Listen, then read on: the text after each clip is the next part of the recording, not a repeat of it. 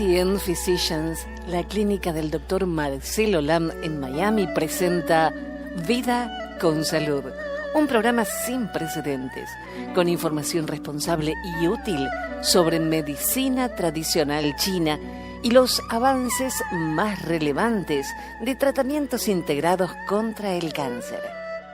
Damos la bienvenida al Dr. Marcelo Lam. Saludos a todos, bienvenidos de regreso a este programa con cita con el Dr. Lam en Vida con Salud. Hoy tenemos un programa muy interesante. Vamos a hablar sobre oncología, sobre la medicina tradicional china, lo que aporta o lo que ofrece la medicina tradicional china en el campo de la oncología. Para eso, como siempre, pues tenemos la asistencia de la excelente locutora y periodista Jenny de Bernardo. Adelante, Jenny. Hola, doctor, un placer estar nuevamente con usted y aprendiendo un poco más. Frecuentemente, doctor Lam, escuchamos la palabra cáncer. Cáncer de mama, cáncer de colon, de ovario, leucemia y muchos otros términos. Pero, ¿qué es realmente el cáncer? Bueno, el cáncer es un término general, un término que agrupa enfermedades de tejido sólido y enfermedades de la sangre o de la médula ósea, como las leucemias, por ejemplo. Los cánceres de tejido sólido comienzan en una célula anormal, una célula que se transforma en anormal y crece descontroladamente en cualquier parte del cuerpo, hasta, por supuesto, luego más tarde formar masas o tumores que también siguen creciendo, se multiplican mediante la propagación de las células. La propagación ocurre primordialmente vía sanguínea y vía linfática. O sea, las células anormales del cáncer primario pueden invadir otros órganos y también otras áreas adyacentes y distantes. Una vez ahí, pues se implantan y crecen hasta crear otros tumores del mismo tipo de cáncer primario. O sea, por el hecho de que una persona tenga una lesión o un tumor en el hígado, por ejemplo, no quiere decir que tiene cáncer de hígado, sino muchas veces, incluso la mayoría de las veces, son lesiones metastásicas de otro tipo de cáncer, que las células migran ahí y, como decir, el hígado también a otros órganos y otras áreas del cuerpo. Eso es lo que es el cáncer. El cáncer es una enfermedad crónica, debilitante, debilita mucho al paciente, a la persona que lo sufre, y es una de las principales causas de muerte en los humanos. Eso es lo que es el cáncer. El cáncer es un tema que nos afecta a todos, porque ¿quién no es paciente o tiene un familiar o conoce a alguien con cáncer? ¿Por qué el cáncer es tan común? Bueno, la prevalencia del cáncer en los humanos todavía es un tema debatible, pero sabemos ahora mucho más que antes. Pues ha habido muchos avances que se han logrado, y aunque lejos de satisfactorio, pues es indiscutible que en términos de detección temprana y de entendimiento de su desarrollo y comportamiento en el cuerpo, pues sabemos mucho más ahora que lo que se sabía antes. Sabemos que una buena parte de la incidencia de cáncer, por ejemplo, se debe a nuestra propia manera de vivir, nuestra alimentación y nuestro estilo de vida primordialmente. Les puedo citar algunos ejemplos. Aún que las personas saben, o por lo menos se ha comentado mucho, que el azúcar pues hace daño y que puede también promover el crecimiento de cáncer en el cuerpo, pues la mayoría de las personas pues comemos azúcar. Bueno, yo me incluyo porque soy persona, pero realmente yo no lo hago o trato de evitarlo, pero la mayoría de las personas tienen una ingesta de azúcar tremendamente grande comparado con lo que realmente deberíamos de comer. Y también la ingesta de carne en exceso no quiere decir que que comer azúcar o carne pues produce cáncer. Eso no se ha comprobado, pero lo que sí se sabe es que exacerba el desarrollo de las malignidades en el cuerpo. También la exposición a toxinas. Sabemos que estamos viviendo en tiempos donde cada vez pues el medio ambiente está más contaminado. También vivimos con cierto nivel de estrés que siempre ha existido en los seres humanos, pero ahora es un nivel mucho más alto que antes. Y todo eso pues junto con el factor genético, que es la impronta genética que heredamos de nuestros padres y nuestros abuelos, pues en algunas personas es suficiente para desarrollar ciertos tipos de cánceres. De modo que esas son las causas principales.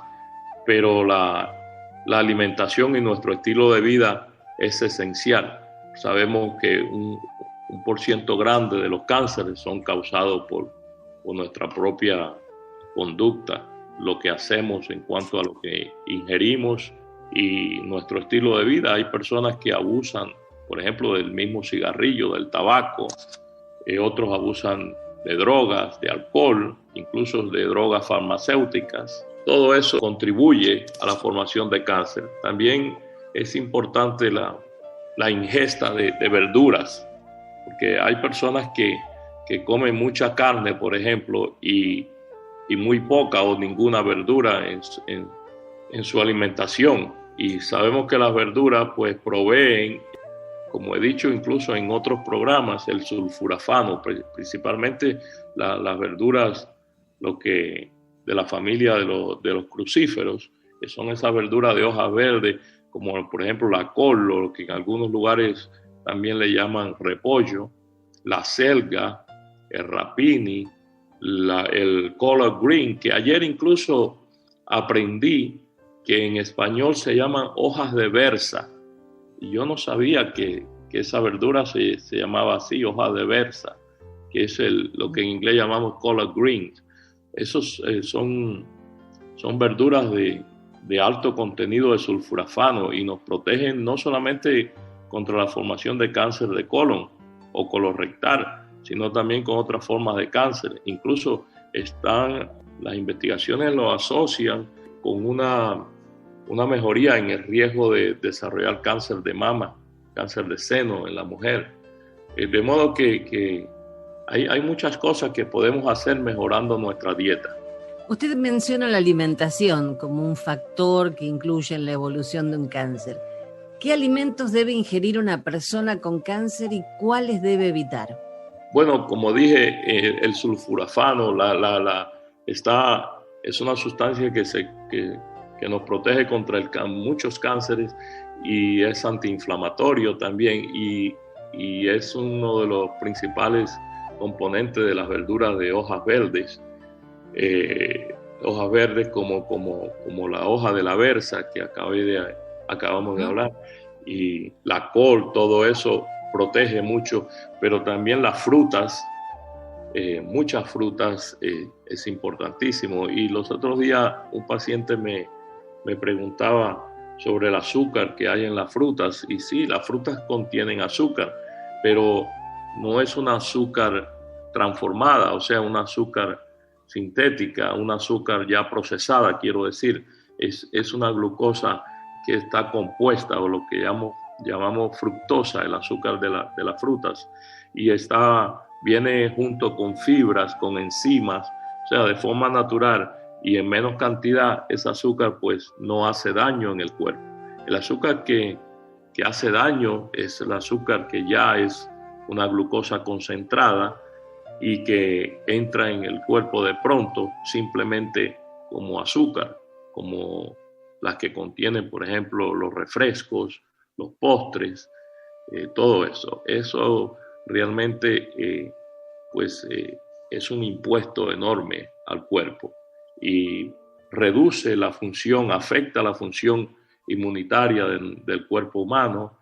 O sea, no solamente que ayuda en el desarrollo o en la evolución, digamos, del cáncer en el cuerpo, de las malignidades en el cuerpo, pero que también incluso afecta las defensas propias de nuestro cuerpo contra cualquier infección.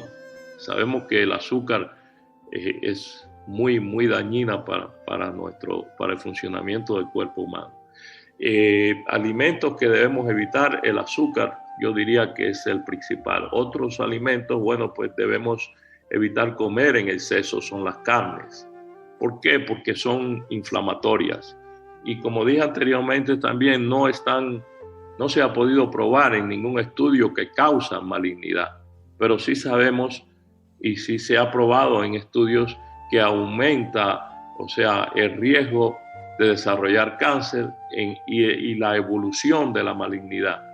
No podemos decir, en otras palabras, que porque una persona coma carne roja principalmente, y porque coma azúcar, pues va a morir de cáncer. Pero sí sabemos que eso contribuye, son factores que contribuyen. De modo que lo debemos reducir, y si ya tenemos un diagnóstico, desafortunadamente, pues uno ha sido diagnosticado con una enfermedad como el cáncer, pues en mi opinión no solamente reducir, pero eliminar. También es importante comer carbohidratos. ¿Por qué digo esto? Porque he tenido casos pacientes que no conozco sobre ese tema, pero está muy de onda hoy día, pues completamente eliminar los carbohidratos de la dieta, y realmente un paciente con cáncer debe de luchar por mantener su peso corporal. Los carbohidratos pues son parte de una dieta esencial para un paciente con cáncer. De modo de que no debemos eliminar completamente los carbohidratos. Lo que sí debemos eliminar son los carbohidratos vacíos, aquellos carbohidratos que no contribuyen en ningún factor nutritivo para el cuerpo, como los refrescos, bueno, lo que contiene es prácticamente pura azúcar y no tiene no tienen otros valores nutritivos. Esas cosas pues hay que eliminarlas. Uno escucha que hay avances contra el cáncer, pero también escuchamos que muchísimas personas mueren de cáncer. ¿El cáncer se cura o no? Sí, el cáncer se cura. No todo el mundo muere de cáncer hoy día. Muchos pacientes sobreviven a la enfermedad. Incluso hasta en estado ya avanzado, a veces el cáncer pues no se cura completamente, pero hay una remisión parcial y puede vivir muchísimos años la persona, incluso con calidad de vida, y va a fallecer quizás de otra enfermedad y no de cáncer. Pero muchas personas también logran una remisión completa, y no es solamente el control, sino completa, y se curan de cáncer. Hoy día hay muchas personas que se curan de cáncer. Doctor, ¿cuáles son los cánceres más comunes y cuáles los más difíciles de curar? En Estados Unidos se llevan muy bien las estadísticas, la data de las personas de los casos nuevos, de los diagnósticos, y es muy interesante porque, por ejemplo, el cáncer de próstata, de pulmón y colorectal siguen siendo los 3 primeros casos en cuanto a diagnóstico y también de mortalidad, solo que la posición cambia. Por ejemplo, en casos de que se detectan por primera vez, cáncer de próstata y de pulmón siguen estando a la cabeza, y luego sigue el cáncer de colon o colorectal, cáncer de ovario, de útero, los melanomas, y así sucesivamente. Pero los primeros en cuanto a mortalidad es el cáncer de seno, el cáncer de próstata y de nuevo colorectal. Luego después, muy interesantemente, en cuanto a mortalidad, le sigue el cáncer de páncreas, cáncer de ovario. El cáncer de páncreas, sin embargo, no es uno de los más prevalentes o prevalecentes, como querramos decir, en cuanto a diagnóstico, pero sin embargo es uno de los primeros, está en la 4ª posición en cuanto a mortalidad. De modo que es uno de los más difíciles de curar, ya sea porque se detecta tardío, o porque también responde pobremente a los tratamientos convencionales, y debo decir a los tratamientos convencionales porque precisamente en cáncer de páncreas tenemos un tratamiento en medicina tradicional china muy, pero muy bueno, y gracias a Dios hemos podido ayudar a muchos pacientes con cáncer de páncreas. Pero lo más interesante es eso, porque el cáncer de seno, de próstata y colorectal pues son los primeros a la cabeza, tanto en detección, en diagnóstico, como en mortalidad, solo que cambian de posición. Y lo que sí viene como algo interesantísimo es que el cáncer de páncreas no es tan frecuente, pero sin embargo sí está en los primeros 4, el número 4 en cuanto a mortalidad, por lo menos aquí en Estados Unidos. También esta cuestión de prevalencia en cuanto a cáncer cambia mucho, incluso de estado a estado, de país a país, o sea, depende mucho del lugar, de muchos factores como las razas, las costumbres y el lugar geográfico. Por ejemplo, la Florida es uno de los estados que menos prevalencia de cáncer tiene, increíblemente, comparado, por ejemplo, con Nueva York, Pensilvania o incluso con Luisiana, que está cerca de nosotros. Pero esos estados tienen una prevalencia mucho más alta que la nuestra. Por lo menos eso es lo que los datos, la data revela.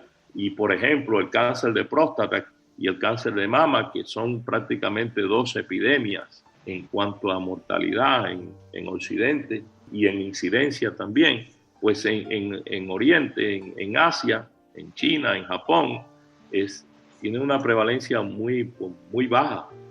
Y muchas veces se ha traído como razón la cuestión racial, y ya se ha comprobado que no es así, porque la persona de Asia, asiático, que cuando se muda a cualquier país de Occidente y cambia el estilo de vida, principalmente la alimentación, pues los resultados son los mismos que los de Occidente.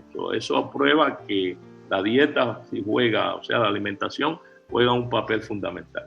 Doctor, los tratamientos, generalmente que conocemos nosotros, quimioterapia, cirugía, radiación, ¿hay alguna otra forma de tratamiento probado? Bueno, sí. Por ejemplo, hay tratamientos que yo diría no son de medicina tradicional china ni tampoco de medicina convencional, o son de ambos, porque se usan en ambos sistemas de salud, como la hipertemia, por ejemplo. Y la hipertemia está aprobada por la FDA, la Agencia de Control de Drogas y Alimentos en Estados Unidos, para ciertos tipos de cáncer, en combinación con radioterapia y quimioterapia. Es uno de los procedimientos que muchas veces se desconocen y aportan grandes beneficios a casi todos los tipos de cáncer.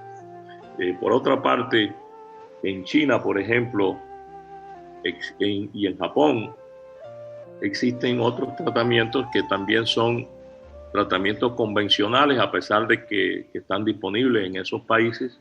Son tratamientos clasificados dentro de lo que es la medicina alopática o la medicina occidental, la medicina convencional. Uno de ellos podemos decir que es la genticina y el oncorín, 2 de ellos debo decir. El oncorín también se conoce como H101. Esos son tratamientos transgenéticos o transgénicos, quiero decir, que se ha modificado una cepa de un gen que le llaman P53, que es el que controla o despierta, digamos, la respuesta inmunitaria natural de los seres humanos contra los tumores o contra el cáncer. Esos tratamientos están disponibles en China. También, por ejemplo, la radiación selectiva con neutrones por captura de boro, o lo que también se conoce como BNCT.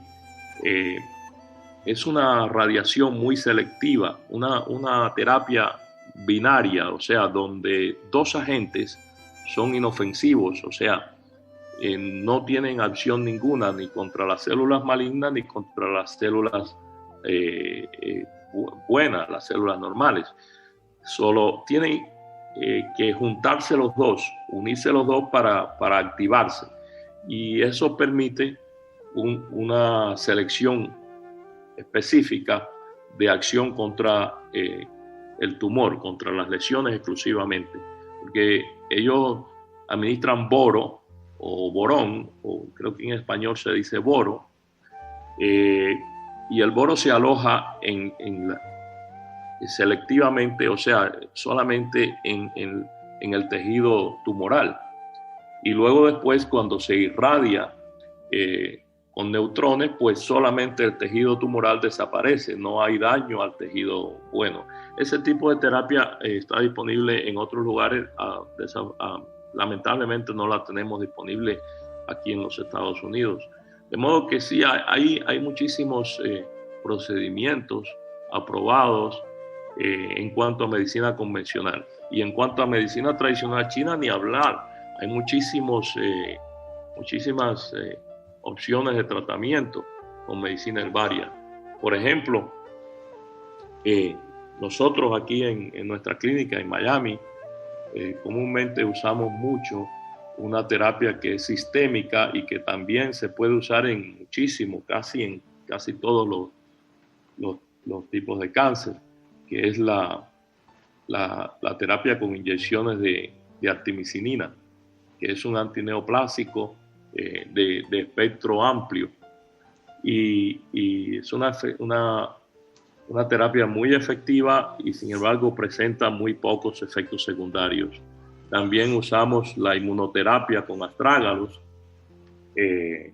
usamos también otro citostático que le llamamos triptolide, que es el extracto del tripterillo wilfordin, que eso inhibe la fotocopia, o sea, inhibe la duplicación del ADN, o en otras palabras, de las células de crecimiento rápido, o sea, inhibe el progreso del cáncer, del crecimiento del cáncer. Hay muchísimas terapias, tanto en medicina convencional como en medicina tradicional china o medicina oriental, que a veces pues las personas se van de este mundo incluso pensando que han tratado todo, y no es así. Hay muchas terapias disponibles en medicina convencional y en medicina oriental que a veces pues se desconocen. No es simplemente quimioterapia y radiación. E incluso la misma quimioterapia y la misma radiación que se usa hoy día es diferente a la que se usaba hace años atrás. Hoy día los tratamientos se han hecho mucho más efectivos y más específicos, más selectivos, menos nocivos. No obstante, siguen teniendo, pues, esos tratamientos convencionales siguen teniendo efectos secundarios indeseables, ¿no? Y reacciones adversas mucho más fuertes comparativamente que los tratamientos con medicina herbaria tradicional china, por ejemplo. La medicina tradicional china tiene miles de años de experiencia, ¿no? Entonces, aunque hay muchas pruebas de que la medicina herbaria tiene beneficios terapéuticos, quizá el problema es que en Occidente no se comprende cómo o por qué funcionan. Sí, realmente es así, porque una persona que esté enferma, pues buscaría ayuda con medicina oriental si supiera que hay ayuda, pero la mayoría de las personas la desconocen. Esa es la razón por la cual no solamente el paciente, también el médico convencional, como he dicho también en otros programas, que no recibe entrenamiento en el uso de la medicina herbaria, pues también la desconoce. Y hay algo muy interesante que a veces